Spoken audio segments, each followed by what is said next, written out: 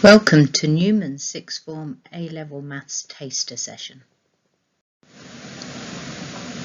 On the screen you will see a quick starter question. Pause the video now and have a go. Compare your answer to mine. Hopefully everybody got it right. As you'll already know, one of the reasons that we factorise a quadratic is to be able to find the solutions to that equation. And this gives us the roots of the graph when we draw it out. We do need to remember to equate each of our brackets to 0, which in this circumstance has changed the sign. So x plus 4 equaling 0 gives us the solution, the root, x equals minus 4, and the bracket x take away 6 gives us the root or the solution x equals 6. I would imagine that you found the starter question quite easy. Why? Because we already have a methodology for being able to factorise a quadratic and therefore find the roots easily. But what are we going to do if we have a cubic? On the screen here you will see a cubic function. X cubed plus 2x squared minus 11x minus 12. I've used a piece of graphing software to sketch that graph for me, and I can quite clearly see that there are 3 roots. Therefore, by implication, surely then I would be looking at 3 different brackets in order to find those 3 roots. But how do I go about finding out what those are? In order to help us to answer that question, I'm going to refer back to our starter. As you can see, I've got the quadratic on one side and the factorised version on the other side. The lettering in red, the factorised version, means that those 2 brackets are being multiplied by each other, and therefore we can rearrange that equation and move one of those brackets over to the other side. Of course, in order to do that, we will need to do the inverse operation. So what is a multiplication on one side becomes a division on the other side. And we can see that in the last line of our working out here. So how does that help me with my cubic? Well, that means that my cubic can be written again as 2 factors. One being a linear factor and the other one being a quadratic factor. And if I rearrange that in the same way as I did with my quadratic, I can take my linear factor over to the other side. Again, on the right hand side it's a multiplication, and so we will need to do the inverse, and we can divide by that linear factor, which means that I can take my cubic and I can divide it by a linear factor to give me a quadratic. So let's apply that knowledge to the cubic that we first spoke about. I'm going to use the graph of the cubic to already work out that I have a root at x equals 3. Now, working the process backwards, that means that if x equals 3, what inside the bracket is going to equal 0? Well, that means that x minus 3 must be the bracket that was equal to 0. If you don't believe me, take the x minus 3, make it equal to 0 and rearrange it. In order to help me to do the division, I've set up my whiteboard here with a bus stop method. So I'm going to think about this not from the point of view of division, but actually from the point of view of multiplication. If this will represent my second bracket, what would I have to multiply x by in order to generate an x cubed term? We probably were going to say at once x squared, miss, because x squared times the x is going to give me x cubed. But that at the beginning of my bracket will also generate another term. It will generate x squared times minus 3. So it's going to give me a minus 3x squared term. I take those two things away, my x cubed and my x cubed cancel out. That's what I want to happen. Now I have a positive 2x squared and I'm subtracting a negative 3x squared. So be careful with your negative numbers. That's going to give me 5x squared. Now, what would I have to multiply here with this term in order to generate 5x squared? Oh, I'd need another 5x. So this is now the second term in my quadratic. 5x multiplied by x is going to give me 5x squared. I want those two terms to match. But it also gives me another term. 5x is being multiplied by minus 3, so it gives me a minus 15x term.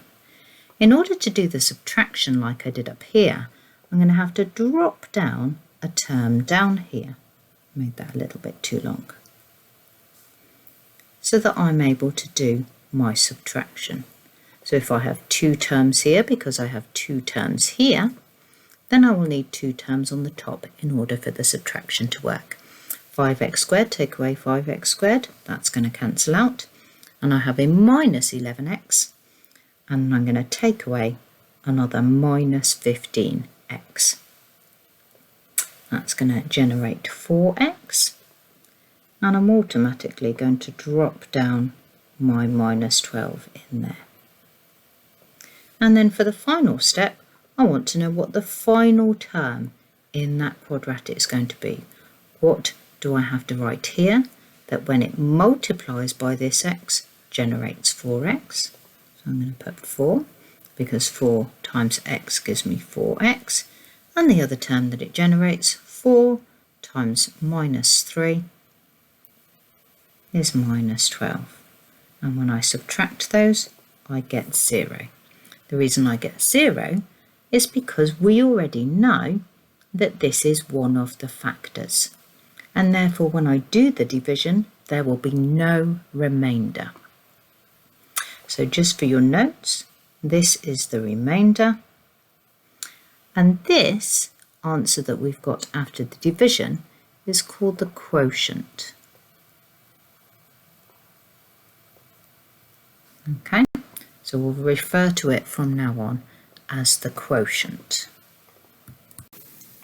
Let's try another example.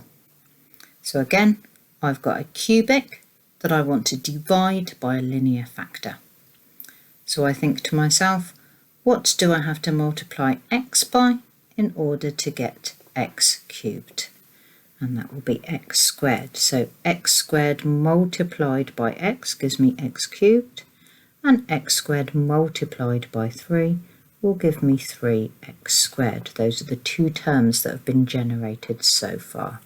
I now do a subtraction. My x cubes cancel out, and now I've got 2x squared, take away another 3x squared, so now I have minus x squared. I'm going to drop down this term so that I've got something to compare it to the two terms when I look at what my next term is going to be in my quotient. So what do I have to put here in my quotient? That when multiplied by x, it's going to give me minus x squared. So that's going to be a minus x term. Minus x multiplied by x gives me minus x squared. Minus x times 3 is going to give me minus 3x. And I'm going to subtract those two terms. They cancel out. So I have minus 5x, take away another minus 3x, so I have minus 2x. And I'm going to drop down my minus 6, so that when I'm thinking about what my final term in my quotient is going to be, I'm thinking, what do I need to multiply by x to make minus 2x? So the answer is minus 2. So I have minus 2x. And then the other term that's generated is minus 2 being multiplied by 3, which gives me minus 6. And again, when I subtract those two terms, I get a remainder 0. So this process is called polynomial division, and we can just finish off this question a little bit better by saying, in that case, my cubic can be written as my linear factor multiplied by my quadratic quotient. If you wanted to take that one step further, then you could now factorise the quadratic, which means that you would be able to then link together and draw the graph, because you would be able to find the roots. So if you wanted to do that, you're thinking about, let's just go for it. You're thinking about two brackets, starting off with an x and an x, and you're thinking about factors of 2 that are going to take away to give me -1. They, of course, are going to be 1 and -2 in that order. Well, not necessarily in that order, you can put it in whatever order you want, and therefore we have now found the roots of our cubic. So we've got x equals -3 if this bracket is 0, x equals -1 if this bracket is 0, and x equals 2 if this bracket is 0. When you come on to do A-level maths, you'll learn a little bit more about how you would sketch those and therefore have a fully factorised and fully sketched cubic. Pause the video now and try some for yourself. So take each of these cubics and divide them by the linear factor to get a quadratic. Pause the video now, grab your red pens and check what you've done. As you may already know, the A-level maths course is split into two parts, pure and applied. In the first year, the pure is worth just over 60% of your marks, and the applied is just under the 40%. The applied section is split into two parts again, statistics and mechanics. We're going to now have a little look at something from the mechanics section. Firstly, we're going to look at the forces that are acting on this aeroplane in the air. There are 4 forces: lift, thrust, drag and weight. And these 4 forces act together to keep the aeroplane up in the air. They could push it up, they could push it down, they could push it forward, or they could slow it down. Thrust is the force that will move the aircraft in the direction of motion. It's created with a propeller, a jet engine, or a rocket. Air is pulled in and then pushed out in the opposite direction. If you throw something through the air, then the thrust will be the force from your arm where you have thrown it. Drag is the force that acts in the opposite direction to motion. It tends to slow an object down. Drag is caused by friction and differences in air pressure. One example would be putting your hands out of a moving car window and feeling the air on it pushing it backwards. Weight is the force that's caused by gravity. If you throw an object, its weight is the force that will bring the object back towards the ground again. Finally, lift is the force that holds an aeroplane up in the air. The wings create most of the lift that are used by aeroplanes. You can see here that all of these forces act in different directions. All objects in real life have forces that act upon them. They often go in opposite directions. In order to help us in mechanics, we model an object as a particle, and this helps us to keep the model a lot simpler. we can see in this diagram, we have forces that act vertically, the weight of the block pulling it down, the reaction force on the plane of the block resisting the block sinking into the plane, the force that is labelled as P, which is the force that's pulling the block, and when a string or cable is involved, this is tension, and then the force that is labelled as F. This represents friction, because this is not a smooth plane, this is a rough plane.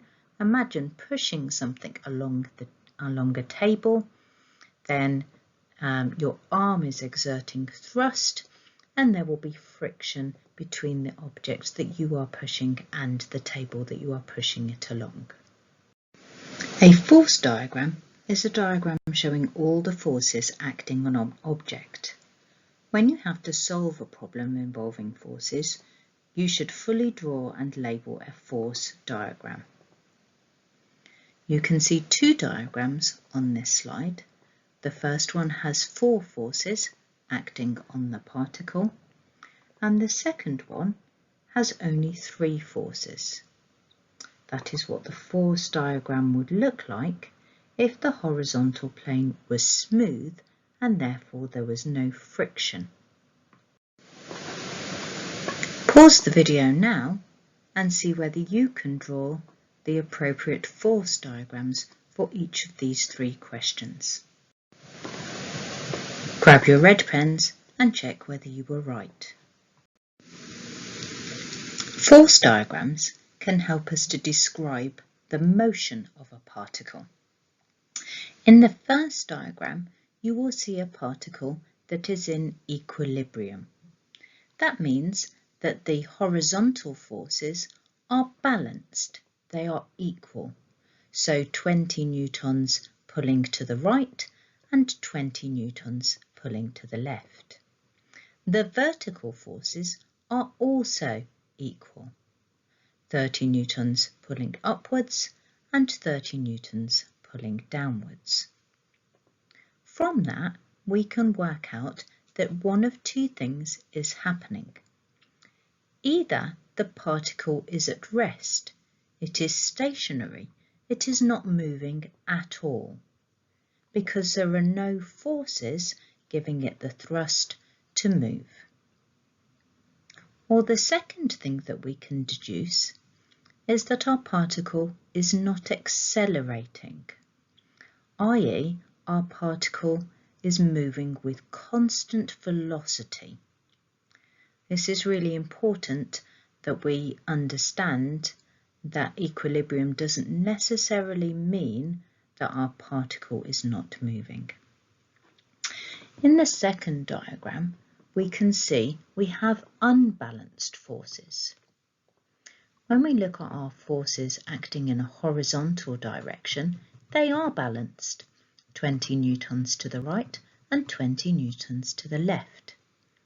However, when we look at our vertical forces, there are 10 newtons acting downwards and 30 newtons acting vertically upwards.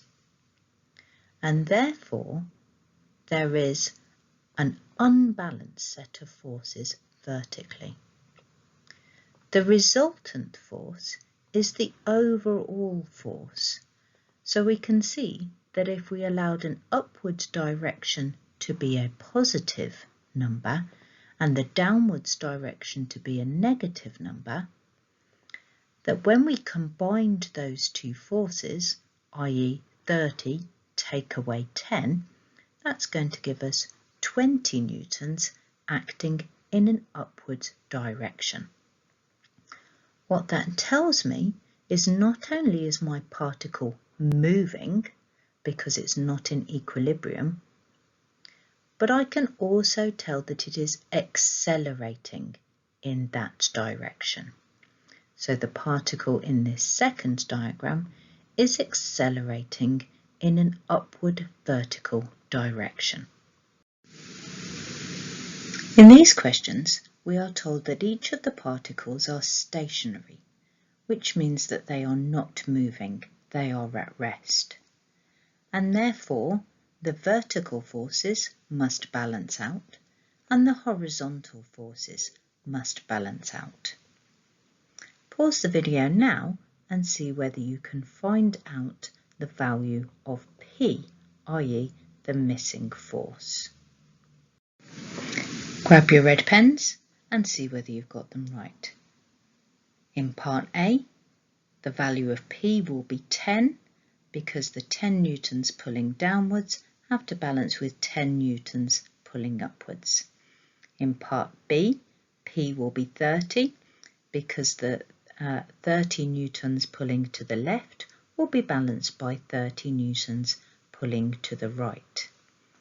In part C, we have two different forces, one of which is P and 1.5P. So when we add those two together, we combine them. That makes 2.5P, and 2.5P has to be the same as it has to balance with our 50 newtons. So therefore the value of P is 20 newtons. The diagrams on this slide show particles that are not in equilibrium because the forces are not balanced.